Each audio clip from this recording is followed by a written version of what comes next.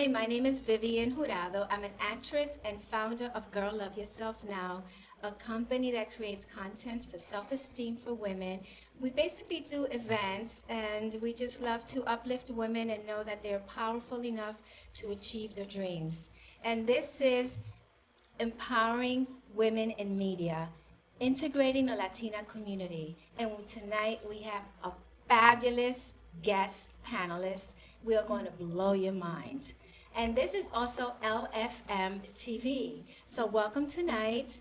And I want to introduce my panelists. Starting to my right, we have Diane Bradshaw, we have Barbara Rosenblatt, Rebecca Damon, Aneta, and we have Evelyn and Di Rivera. So let's give them an applause.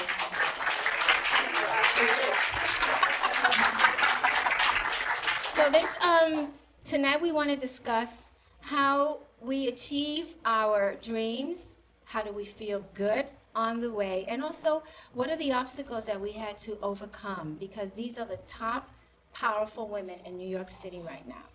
So we're going to start with Diane Bradshaw. No pressure.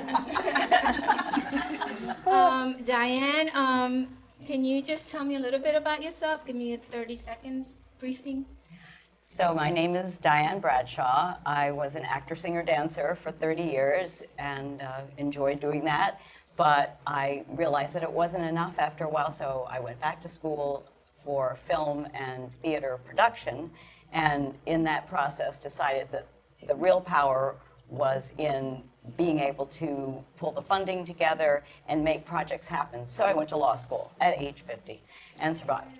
Wow. So here I am on the other side of that. I practice law, general law, but I am building the entertainment law practice at my boutique firm. Great, congratulations.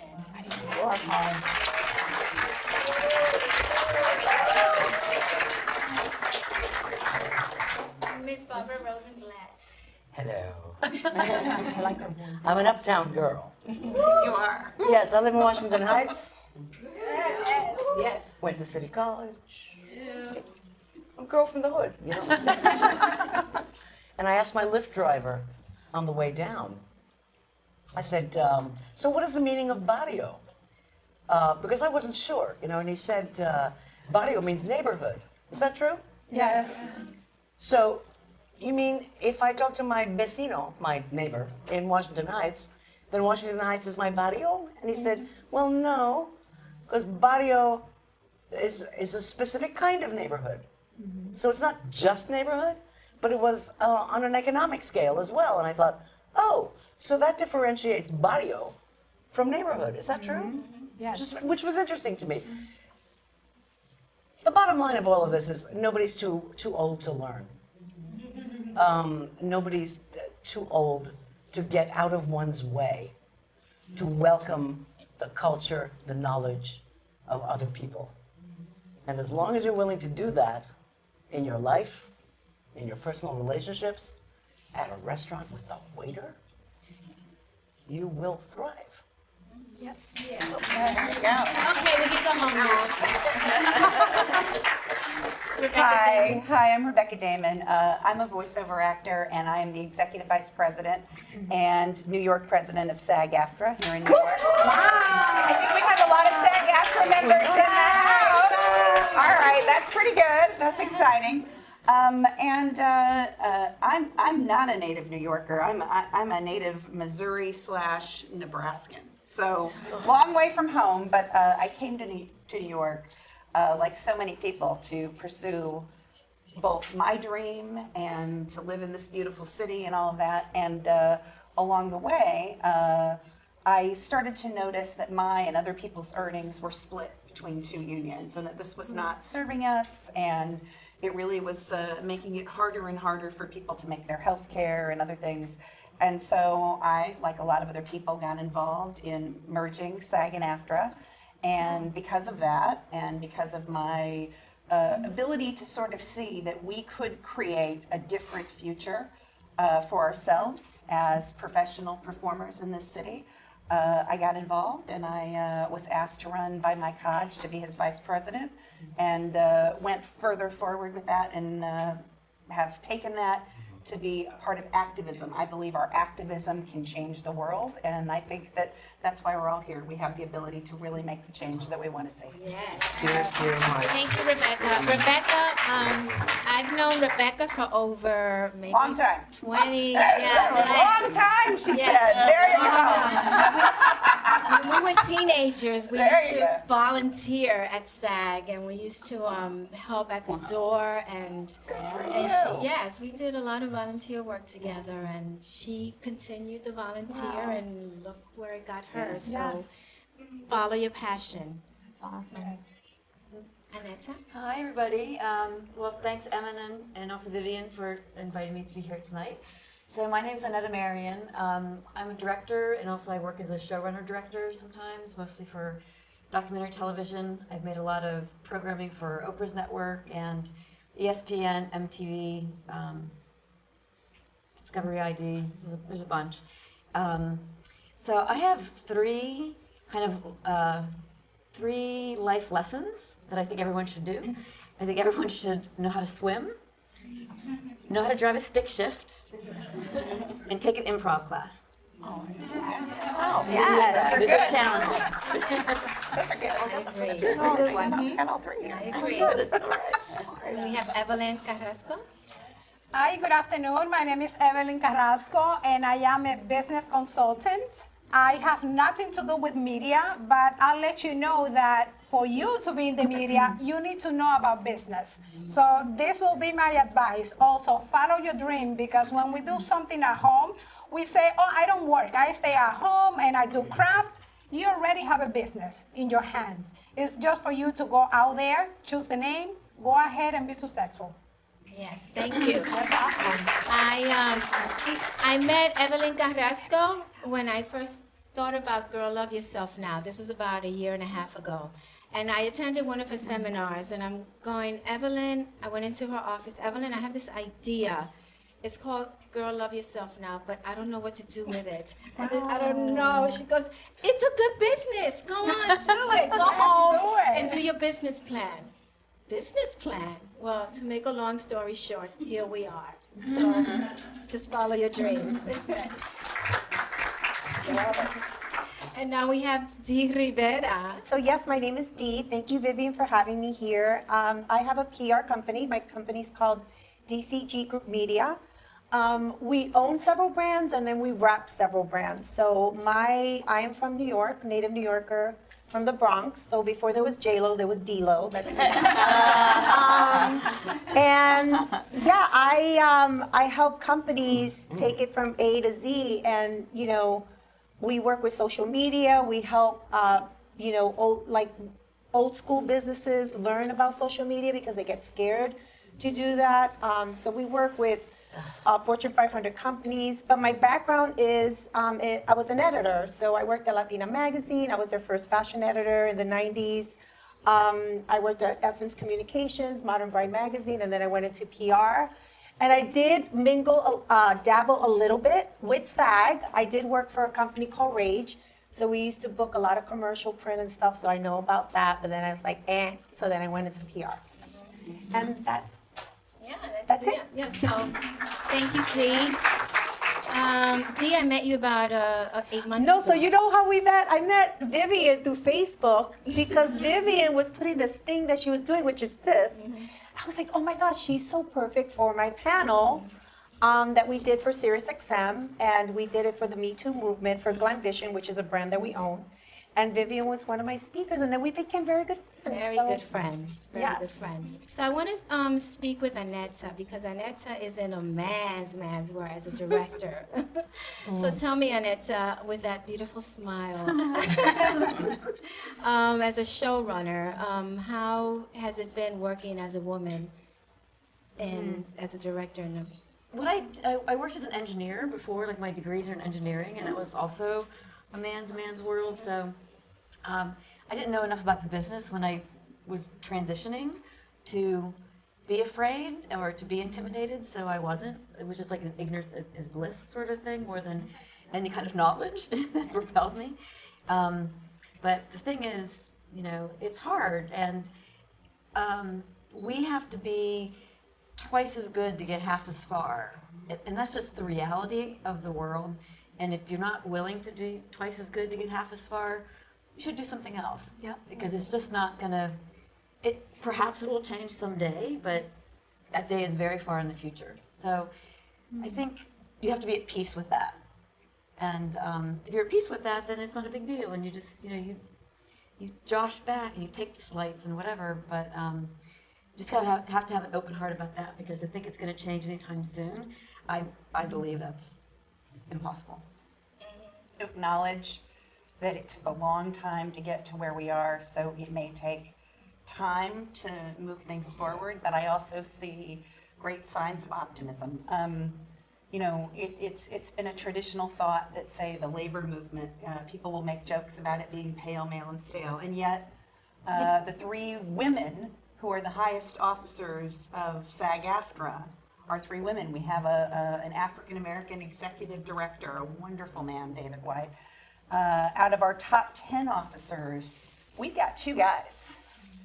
So there are these signs of change that you get to see that give me actually great hope. And it's don't get me wrong, I think there's a place in all of this really for everybody.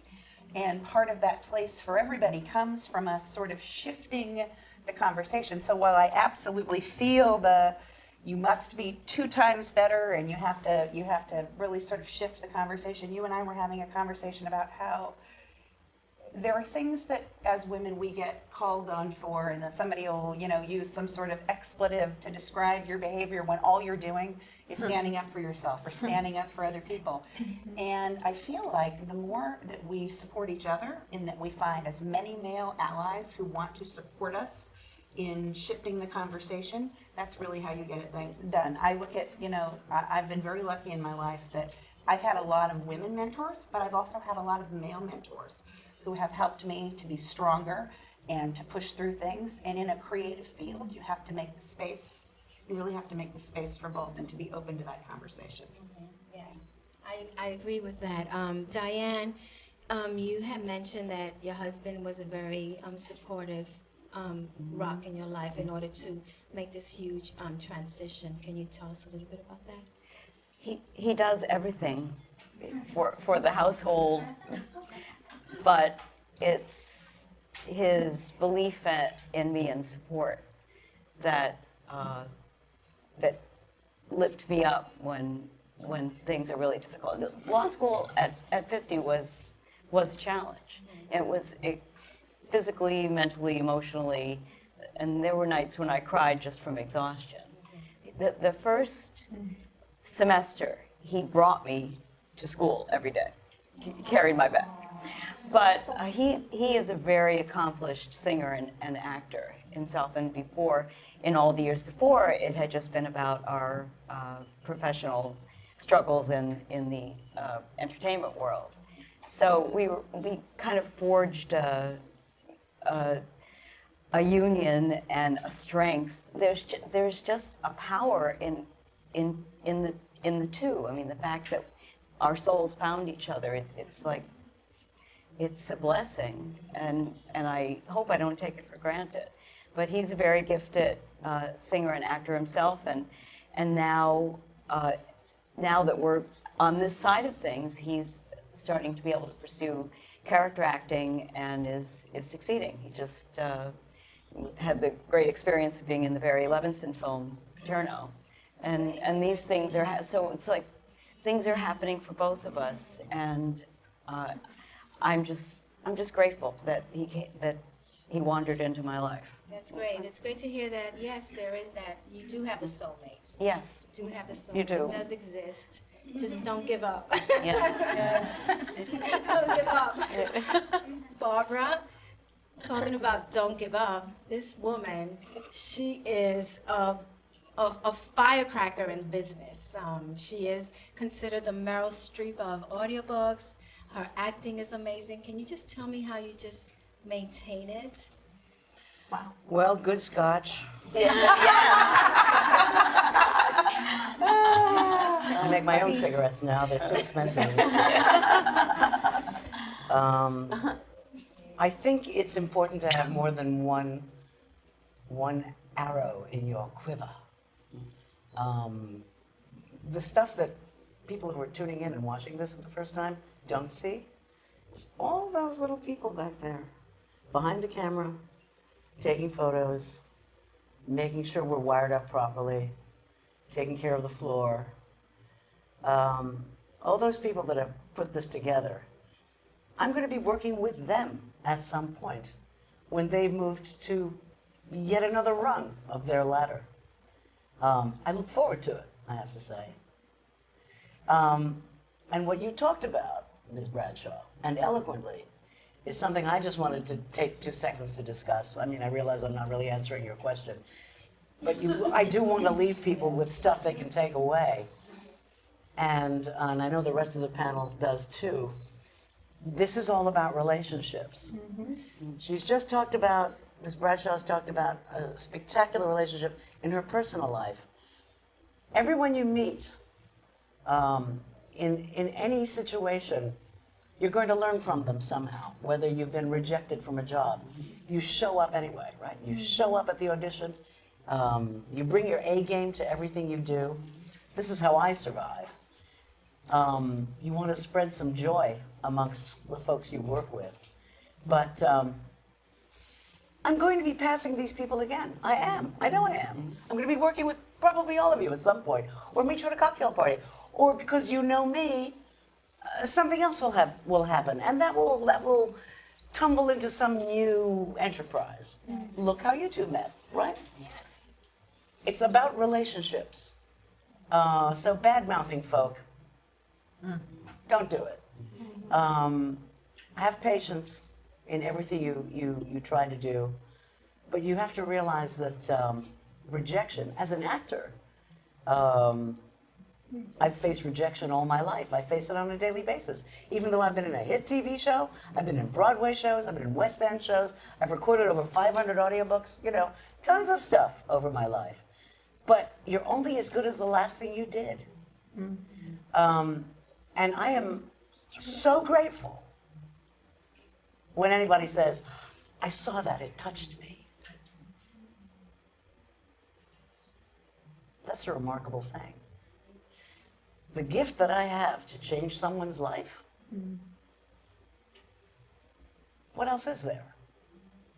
So it's not always about the paycheck. It's about the passion and the heart that you have for engaging with other folk. Because when you lift everyone else up, who do you think benefits? I'm done. Thank you, Barbara. I agree with you, Barbara. It's all about relationships. I remember when I met you at the Emmys cocktail party, and I saw Barbara. I saw you sitting at a table, and I'm like, I have to speak with her. I have to tell her how I admire her work, but I was so intimidated. But I said, I got to step out of my comfort zone.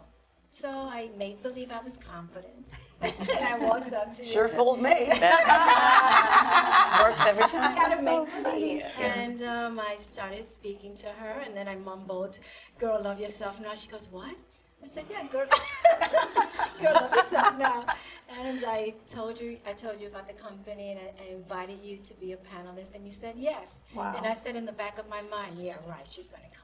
But here you are, so thank you. Woman of her word. As best I can, sure. Yes, thank you. Of course. This is important. This is important. I did an audiobook. Sorry, I'm taking somebody's time away. I don't mean to. don't worry. I did an audiobook recently, which those of you who were talking about women and empowerment and blah, blah. And an author came to my website that you might have heard of, actually. She's a lawyer by the name of Linda J. Smith. She's a very, very powerful litigator from LA that I'd never heard of. But she came to my website, which is being updated, by the way, so if you go to barbararosenblatt.com, don't be upset. And she wrote me a letter and she said, "Ms. Rosenblatt, do you do nonfiction?" And I'm thinking, of course I do nonfiction. I'm a genre-free recording artist. I don't, absolutely not. So she wrote this book, kids, called I always forget the title, so I wrote it down. It's so long. It's called Smashing Glass and Kicking Ass. Stories from the Meanest Woman in Town. Wow, that's a good book. I would buy that book. I would buy that book.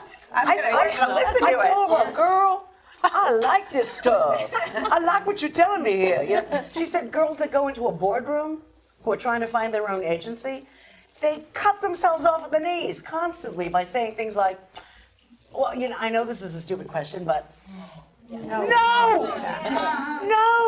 The only stupid question is the one not asked. That's right. So what she's doing is showing you how to use her term, how to use your own personal kick assets That's right. to bring you agency Yes. when you work in a world of men. Yep. So that you don't have to outmen the men, because we have some very attractive men right here this evening. Hello, men. Notice all the estrogen? So what I'm saying is this book is terrific. I learned a lot personally myself when I had to channel the author, Linda J. Smith, Esquire. She worked on the Enron case and Dow. I mean, major litigation. And it's fascinating. So don't ever try to be what you're not. Just build on what you are, because what you are, as you get older, you start to appreciate those things that you used to think were deficits. Now you can wear them as badges. What do you do? Because you do so much. And you are all over the place. And you always have a smile. You never, like Barbara says, you never talk negative. How do you maintain that level of professionalism and still make projects thrive? Well, I always surround myself with the right people. I do feel that less is more. So you have to surround yourself with people that are like-minded, have the same core values as you. Because, you know, we live in a world now that it's unfortunate that women don't support each other as much as they should. And so I always surround myself with women that do want to support each other and who do want to, you know, there's no competition, because I come from a place of there's enough for everybody. So I don't need to compete with you, you don't need to compete with me, because there's enough for everybody. And so I always go into whether in business, in partnerships, that with my hands open, that if I can do anything to help you, I will. You know, it's like a give and take. So, but there is no agenda. Like, there is no agenda in the back of like, well, what can she do for me kind of thing. And so I do have a spiritual foundation. I think that helps me in a lot of the things that I do. And so yeah, I do a lot. You know, I have a PR company. I rep brands. I work with different clients. I work with authors. I work with cosmetic companies, lifestyle brands. So I'm always working. And the thing is that I love what I do. So sometimes I have to stop myself because I can get caught up with a lot of work, like 15, 16 hours a day, because I'm so passionate about what I do.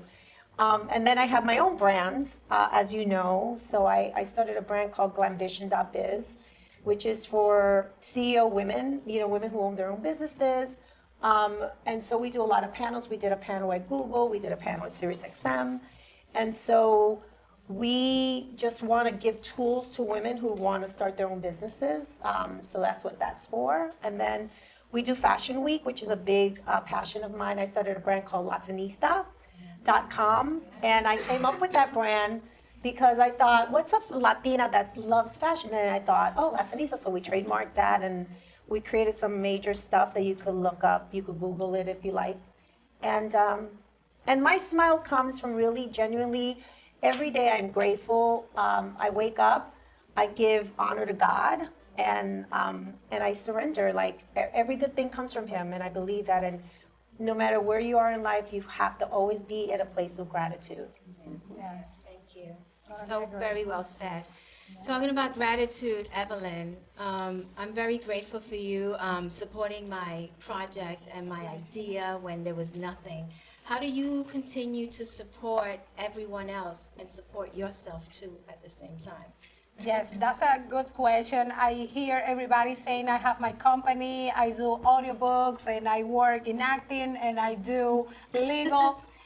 I have to say that this is a business already, to have your brand, to do audiobooks, to register your logo, your trademark, whatever you want to do is a business.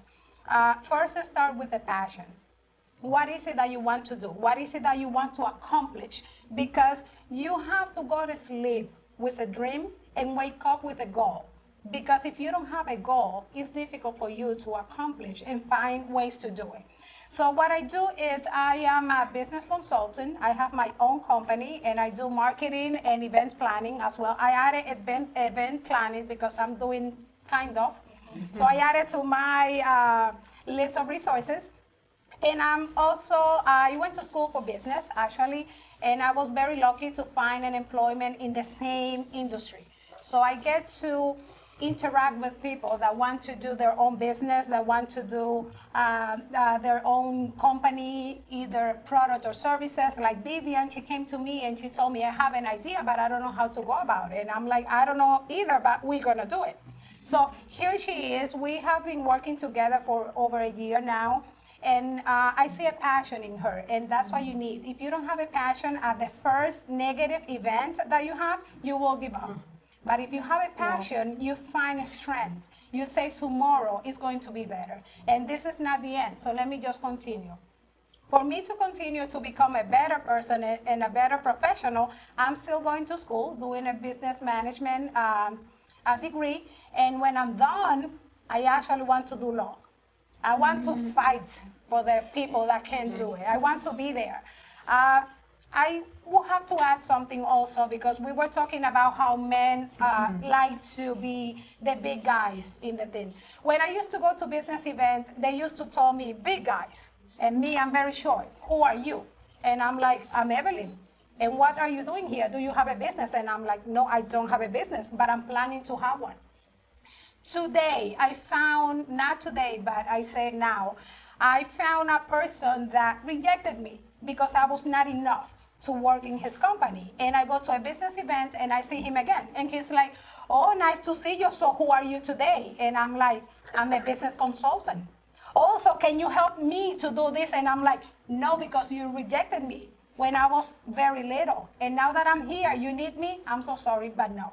So sometimes you have to be proud also of what you are because people only want to use you when they can take advantage of you. But it's not about that. It's what can I learn from you and what can you learn from me?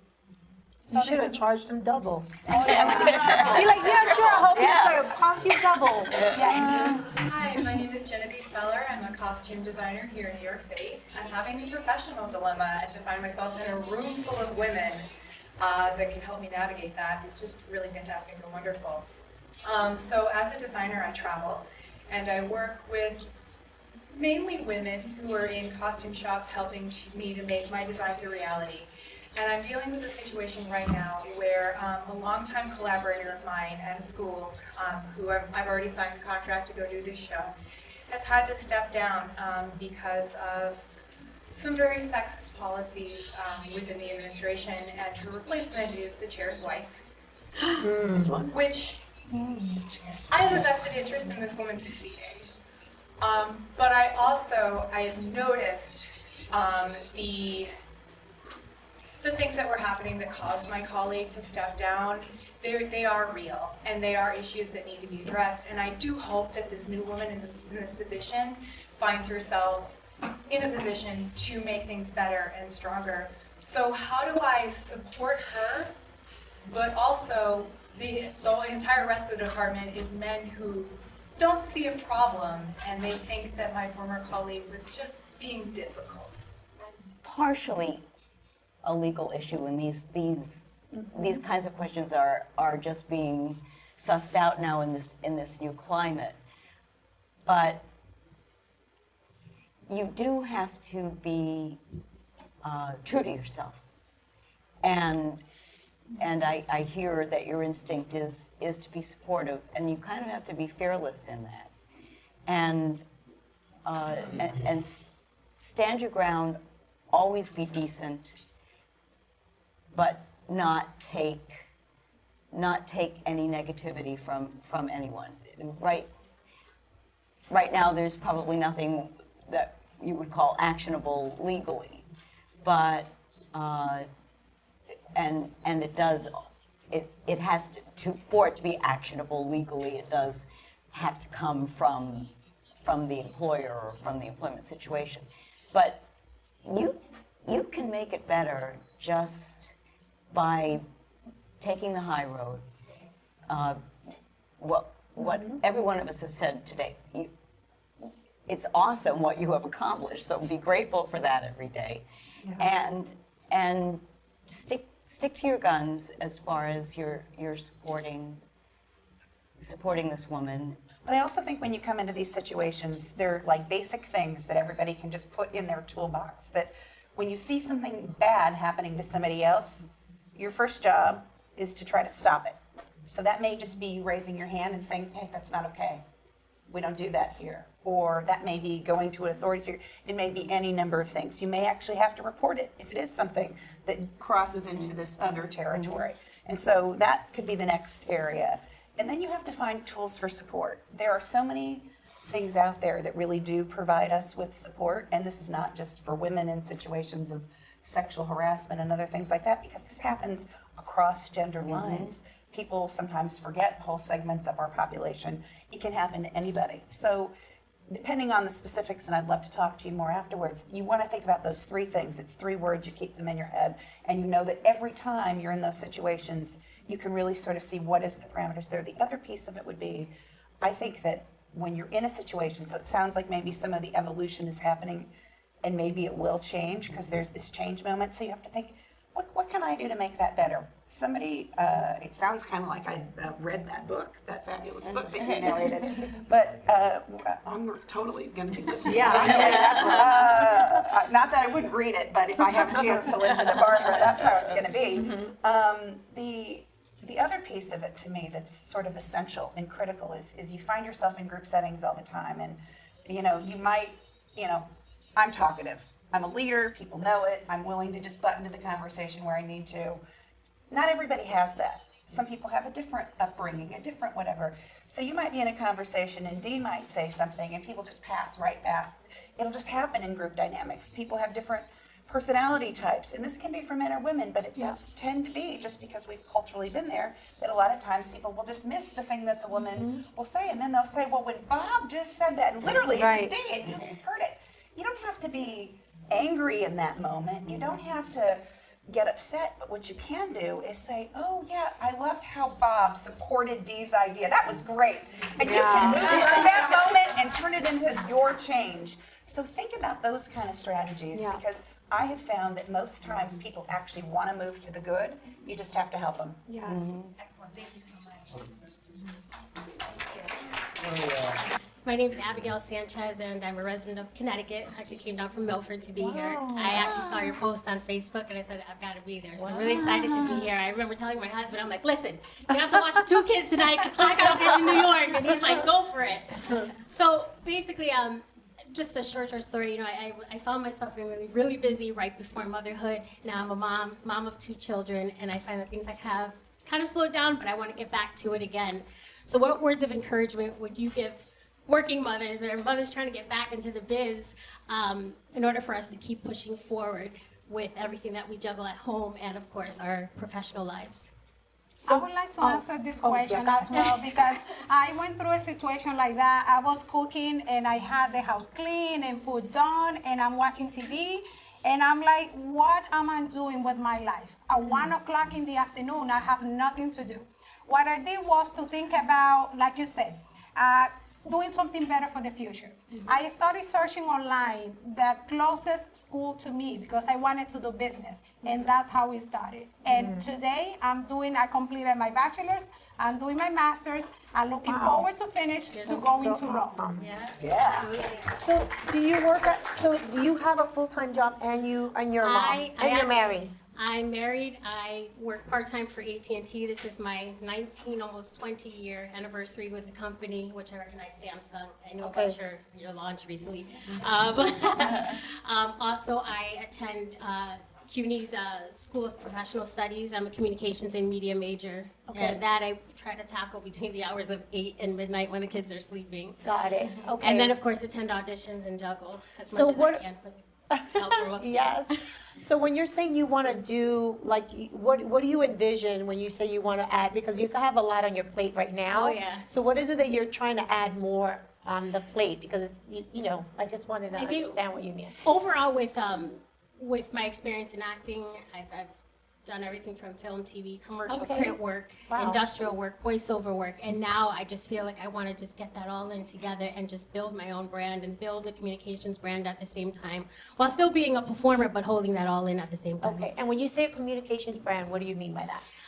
It can be a combination of hosting, it could be possibly PR. Some of my classes for CUNY have been, Okay. actually one of my most recent classes was a corporate media class, which focused on a lot of PR, press writing, Okay. and most communication materials or Right. brochures you would use for companies, say like Samsung or a big brand like they are. So what I would recommend, I mean, you're like a superwoman here. I'm trying. But I think what I would recommend is you creating a couple things, right?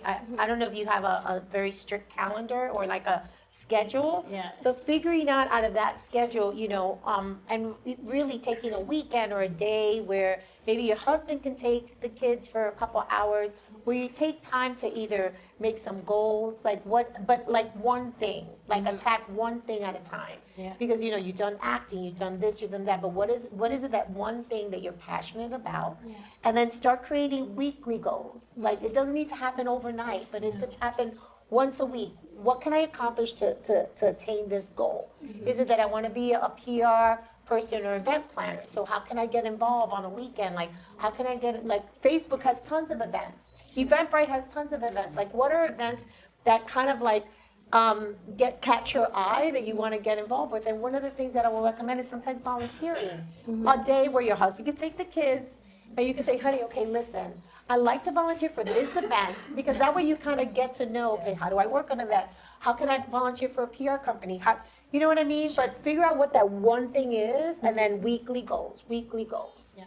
That's what I would recommend. Yes. And I'll just toss in a Martha Stewart moment. Yes. Because that's the kind of Anglo-American Polish Jew I am. You got a husband and kids, right? Sure do. Learn to love your freezer. Oh, I'm My, learning that. my cousin taught me this years ago. When you live the lifestyle that you do, they still need feeding, and they still need feeling like mommy still loves us. So what my cousin used to do a lot was, like, on a Sunday, once a month or whatever, they'd get a piece of chicken, a piece of pork, some steaks and whatever, and cook them all up on a Sunday, right? Yeah. And cool them all down, wrap them up really, really well, package them really well, suck all the air out, date them, and shove them in the freezer. And there was always fresh food to be had. There was always a hot meal to be had as a group together. So that we're proud of mommy because she still keeps our gang together as much as she still wants to forge her own path. Yeah. Amen to that. I'm Mara Sanchez. I'm a singer-songwriter. I bumped into you in an audition, and I never forgot that I said, what was that role like? And you said that was the role of a lifetime, the ride of a lifetime. And that stuck with me because I thought, wow, for someone who's worked in so much stuff, like to see that energy and that excitement about that role, that passion about that. And I guess my question is not, my question is, I am an actor, singer, songwriter. Of course I've had to get a day job to sustain the life, and that requires a lot of energy. But I feel that my talent when I was a teaching artist was working with youth, the youth that nobody wanted to work with. I worked in over 35 New York City schools, and I have the honor of seeing them hit me up on Facebook saying, yeah, Miss Sanchez, because of you, So the day job that I do sustains me, but it's not sustaining my soul as an artist, because I think a big part of you dies when you do something for a paycheck. Yeah. So I guess my question is, how do we sustain ourselves during those times when you're just about to lose all hope about yourself and you start getting into that rut and you kind of almost leave the business and come back and quit? Can anybody relate to that? How to, pick yourself back up and keep going. And also I realized that I need to work with young people, I need to work with people in general, but I find my strength. I was called to be a guest speaker at State University of Binghamton, speaking to people on how to have alternative careers, how to sustain a career. But it's kind of like I feel like I've hit a roadblock, and I was wondering if any of you had ever hit that. Kind of long-winded question, but there it is. I'm gonna share. So let me tell you, I'm sorry, your name again? Mara. So Mara, you know what the great thing is now, the society that we live in now in 2018, is that you could reinvent yourself, you could create a brand, the world is smaller through social media. So there's different ways that you could do that. You could still get your, you could still do what you're passionate about until you're making, the sustainable. You're gonna have to create something, and I would get with somebody that can give you some ideas that can bounce off. Like, what can you do to still do what you're passionate about? Get it out there in YouTube, in Facebook, creating a page about who you are. Like, you're gonna have to invent yourself as a brand and get it out there, and then still do this. And there's different ways I'm a PR person, so there's a lot of ideas that I can share with you after this event. But I did get to that point. I come from I was an editor. I went into an agency where I started booking commercial print, whatever, and then I got stuck because I was like, I wasn't happy. You know what I mean? Like, I did this, I did that, but I'm like, and you're one of those people that they're good at everything. Yeah. Whatever they put their hands in, they just do well. I was one of those people, but then I was trying to figure out what am my passion, and you know what I was passionate about? Having my own business. And what was I good at? I was good at people, good with creativity, good with people, good with media. So that's what I did. And I started volunteering as a PR person. Then I started working for a publicist, and then I started my own company. So, there's different things you could do that I would want to give you advice on, because I don't think your dream should die, but you're going to have to figure out another way and use all the tools that are in your hands it's the now redirect, to right. figure out how can I still do what I'm passionate about. In the environment you're in, and see if something resonates or something can lead you to maybe not where you want to be ultimately, but something that resonates with what your passion is that can lead you to the next step or find a way out. Take time, like quite whatever it is that is comfortable for you, to meditate, or it sounds like you need to get into the still small space. Yes, absolutely. And find your truth. And just ask the universe, what is it that I'm truly grateful for? What is it that I truly want to do? And just listen for it sounds like you have to take a moment. Yeah, take a breath. Picking up on that, it's something that I do as often as I can remember to do it.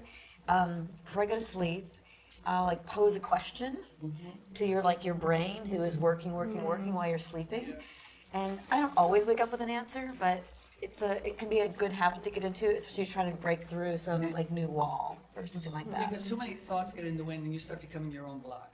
Right. I don't know if anybody here experiences that. Thank you. Mara, yeah, and I just wanted to also share with you that you do get in your way when so many ideas, because you're an artist, right? And as an artist, I can do this, I can do that, I can create this, I can create that. I would say SAG has magnificent tools and resources, SAG Foundation. I love that. They're free. They have business classes. They have the conservatory. You can go and attend and take classes for free. And they also have the Actors Fund. The Actors Fund, they have a program for entrepreneurs. So you can go and learn how to develop your own business. And they also have counselors you can sit down with free. And just have clarity. I mean, that's what I do. Clarity. Yeah, just Yeah, clarity. so you have to, so two things, you should check those kinds of things out. So SAG-AFTRA Foundation and theactorsfund.org. Both of the take 5 minutes instead of looking at Facebook that one day, even though lots of people got here through that. So that's good. But take a few minutes and actually see what's out there. They've got something called the Actors Work Program that looks at alternative ways that you might find to do other creative things.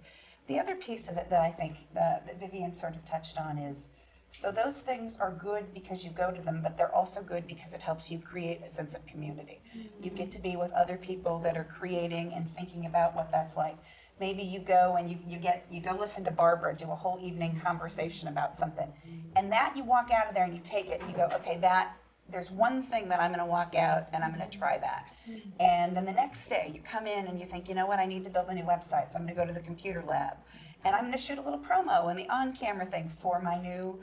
You brush up everything about yourself, and when you get that momentum, I think it really helps. You also said something that intrigued me, that you loved working with younger people, and I think sometimes finding the space where you can help. Sometimes, as you figure out the way to explain things to people, what would be the advice you'd give to a younger person? Maybe that's the advice for yourself. Oh, that's cool. I like that. Thank you. Thank you so much, all of you. One last question. Hello, ladies. Hello. I'm Frances, and I'm so glad that I came to this today. I was feeling discouraged because who would think at this stage of my life I would be doing what I'm doing? And just to give you a very quick arc of what I've done, English and theater for 30 years. And then I'm kind of like the Spice Girls. You know what I want, what I really, really want? I wanted to teach college, so I got my PhD. And then I did that, and it's like, do you know what I want, what I really, really want? I want to be an arts administrator. I had the benefit of working for Mr. Sondheim's Young Playwrights Festival. And I was the education director, and I worked with professional playwrights. It was just a dream job. Funding to the arts were cut, and my position was cut. And so I thought, do you know what I want, what I really, really want? I'm going to start a blog. And the blog took off because I believe that the arts are it's a supernatural gift. It is what makes us human, and I don't think we would have what's happening today if everybody took any kind of art class, because it sensitizes us as human beings. So I started to write a blog, and the blog took off. And what happened was I created a YouTube show, and it's called First Online with Fran, where I feature ordinary people who are doing extraordinary things in the arts. So it took I did my first show, got 20,000 views. Wow. And then I moved on to volunteering. I work, I'm on the board of directors of the League of Professional Theater Women. I'm on the programming committee of NIWF. And I just landed my first co-star role, and I am now a brand new SAG member. Welcome to SAG. Yeah. So I started to think, well, maybe I'm going to start a podcast. Let's see what happens there. And so my first episode, I've done 2 episodes. Wow. And I'm a social media queen. I love it. I have my own branding. It's all great.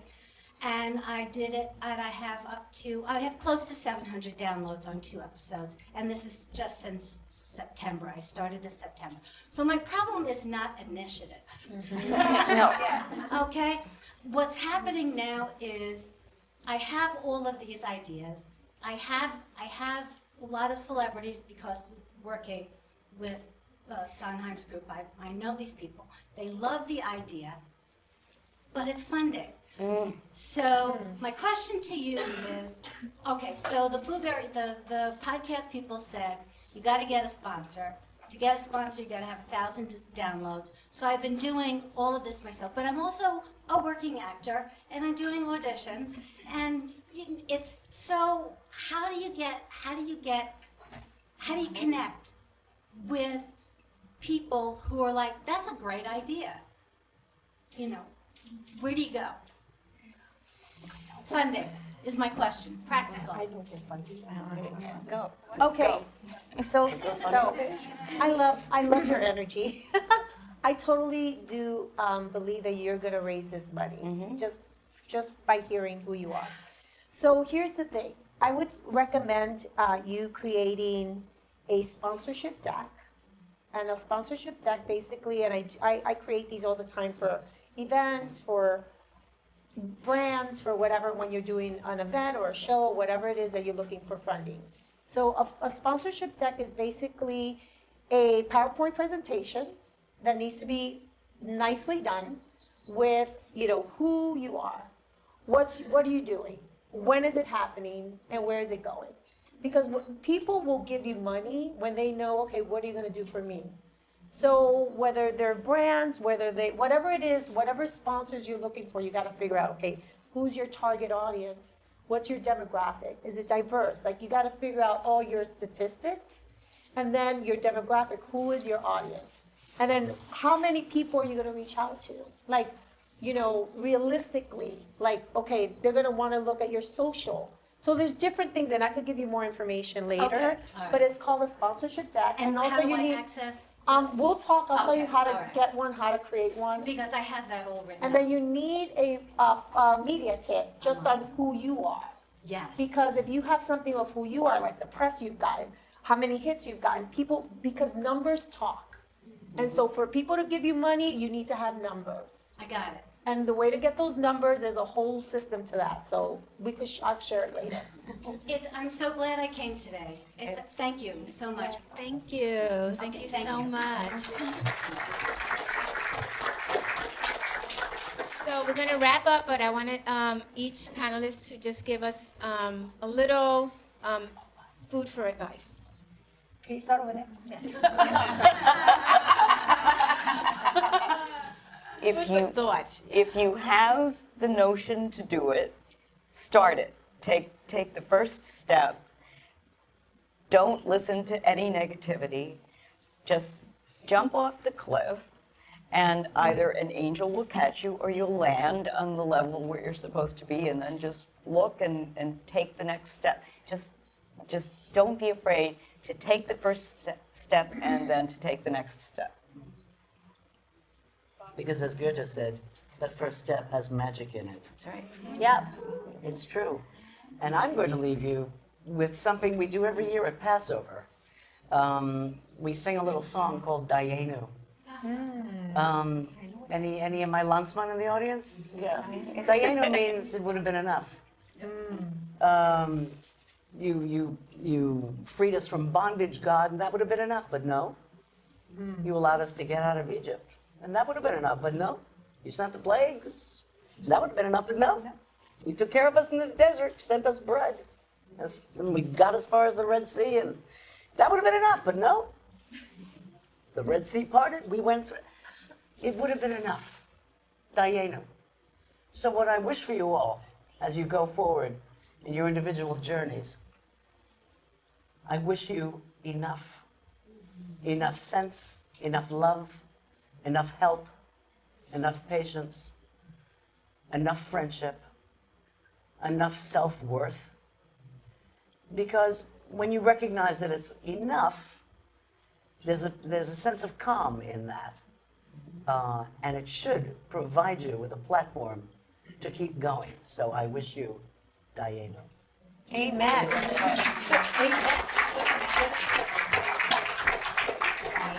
Never sit next to her. There you go. That's what I no. Actually, sit next to Barbara. She's a lot of fun. That was so beautiful. I think that for me, if there was one thing that I would leave you with, it's you don't have to do all this alone. You can find other people that are interested in what you're interested in, and that may be through your union, that might be through your theater company, that might be through the people you're working on a project. It might just be one really good friend. And if you can have that conversation and that relationship with one person, then you can find more people and you can build on it. And together, you're really going to be able to accomplish great things. We do great things when we all work together. Yes. All right, that's a triple whammy I have to follow. Yeah. I was actually thinking about something that I'm trying to do in my life, which is, it's very simple, yet it's been very hard. And just to pick up on what Barbara said earlier about how like when you walk into these professional situations, you're just like, oh, this might be a bad idea, but, or you like, kind of make yourself small to say something. So I've been trying to do two things. One, dramatically difficult. I'm trying to stop writing in an email or when speaking in a group to say, well, I think, blah, blah, blah. I just say, here's the situation. Well, instead of saying, I think this is the situation, just to state the fact that this is the situation. Surprisingly hard. And the second thing that I've been trying to do, which should be easier, but it's harder, for me anyway, is get rid of the word just from your speech. And that's from your just checking it? No. Checking in. Just saying, just try and get rid of the word just in your speech and your written communication. Are just two things that I'm struggling with, but they've been like lessons and kind of powerful. So, anyway. Thank you. For me, my advice is don't allow your past dictate your future. Because me, as a sexually, mentally, and physically abused woman, I thought I didn't have no future. And here I am. Yes. Wow. Well, the only thing I want to share is that, success, I always say that there's a lot of stairs to success. There's no elevators. And when you feel like you want to take a shortcut and you want to take the elevator, it's not gonna be worth it, because you're never gonna learn the lessons and exercise the muscles that you need for success. So just know it takes a lot of time, and we all have stories. Nobody came and we're like, oh, it was just given to us. It doesn't happen that way. And if it does, then count your blessings, but still work hard. I remember when I was starting in my career, trying to figure out what I wanted. And every time something didn't happen, I would get so upset, and my whole life would be like, I was drama queen, like I'm Latina, so I'm like, oh my God. And one of the things that I heard, I don't know who told me this, but I never forgot it. They told me, Dee, you can't allow what you do to define who you are, but who you are to define what you do. And that always stayed with me, because anything could be taken away, but no one can take who you are.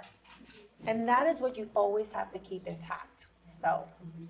Thank you so much. This has been a wonderful evening. I also want to thank Arely Martinez of Latino Film Market. I want to thank Zenaida Mendez of Manhattan Neighborhood Network. I also want to thank Hector Cruz for makeup and hair. I want to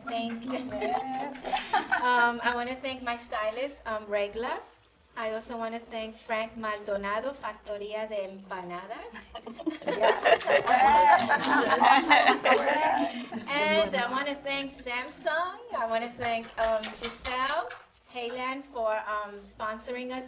These have all been our sponsors, and we're still looking for more sponsors, so I'm very grateful. Thank you for watching Empowering Women in Media at LFM TV.